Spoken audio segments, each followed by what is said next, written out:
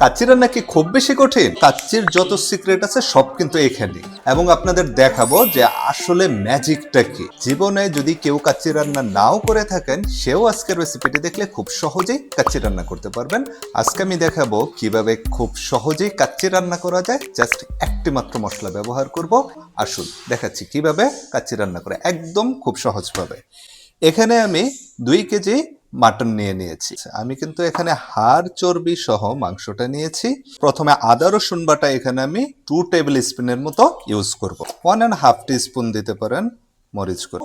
বাদাম পেস্ট এখানে 4-5টি কাজু বাদাম আছে, 4-5টি কাঠবাদাম আছে, এবং সাথে 1 টেবিল স্পুনের মতো পোস্ত দানা দিয়ে একটি স্মুথ পেস্ট করে নিয়েছি। 1 কাপের মতো আমরা টক দই ইউজ করব এখানে। টক দইটা আমি একটু বেশি করে দিয়েছি, কারণ টক দইটা মাংসটা নরম করতে সাহায্য করে। আরেকটা পেস্ট দেবো, সেটা হচ্ছে টমেটো কেচাপ। এটা কিন্তু আমি ঘরেই বানিয়েছি। এই রেসিপিটা চাইলে কমেন্ট করতে পারেন। আমি এখানে 1 কাপের মতো টমেটো কেচাপ ইউজ করব। আর এই টমেটো সসটার মধ্যে কিন্তু আসলে ভিনেগারও আছে, এটাও কিন্তু আপনার মাংসটা নরম করতে সাহায্য করবে। আপনারা হয়তো খেয়াল করেছেন আমি কিন্তু কোনো প্রকার আস্ত মশলা এখন পর্যন্ত ইউজ করিনি, শুধু 4টা পেস্ট ইউজ করেছি আর সামান্য একটু মরিচ ইউজ করেছি।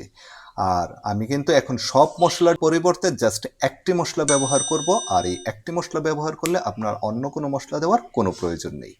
দেখুন, আমার এই মশলাটা হচ্ছে ডেলি স্পাইসের শাহি গরম মশলা। এটা হচ্ছে আপনি এই একটি মশলা দিয়ে আপনি যে কোনো ধরনের মাংস রান্না করতে পারবেন, সেটা বিরিয়ানি হোক কিংবা কাচ্চি।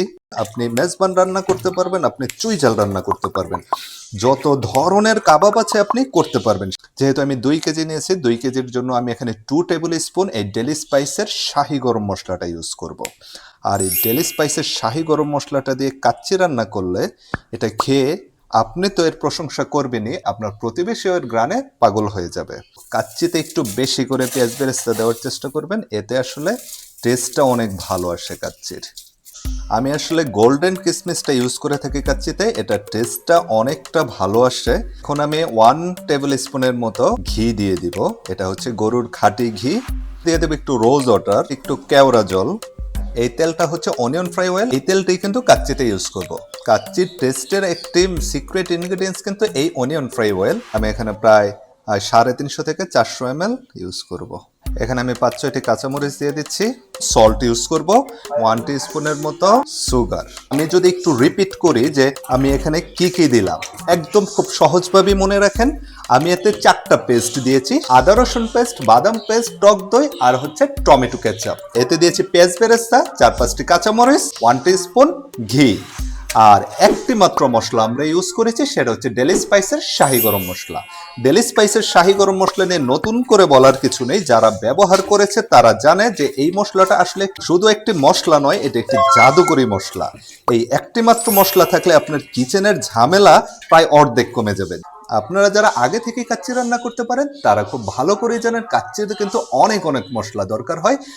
সবচেয়ে বড় বিষয় হচ্ছে এই মশলাগুলো আলাদা আলাদা করে কিনে আসলে অনেক ঝামেলা। ডেলি স্পাইসের এই একটি মাত্র শাহি গরম মশলা যদি আপনার ঘরে থাকে, আপনার ঘরে আসলে অন্য কোনো মশলার, বিশেষ করে গরম মশলা জাতীয় কোনো মশলার দরকার নেই। এই একটি মশলা দিয়ে কিন্তু আপনি সকল ধরনের মাংস রান্না করতে পারবেন। কাচ্চির আলু ছাড়া কাচ্চি আসলে ভাবাই যায় না। তো কাচ্চিতে এই আলুটা আসলে মাস্ট দিতে হবে।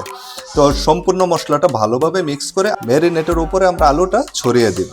আমরা কমপ্লিট করে রেখে দেব আধা ঘন্টা থেকে 1 ঘন্টার জন্য। আপনি চাইলে ওভারনাইট রাখতে পারেন, এতে কিন্তু টেস্টটা আরো বেশি বাড়বে।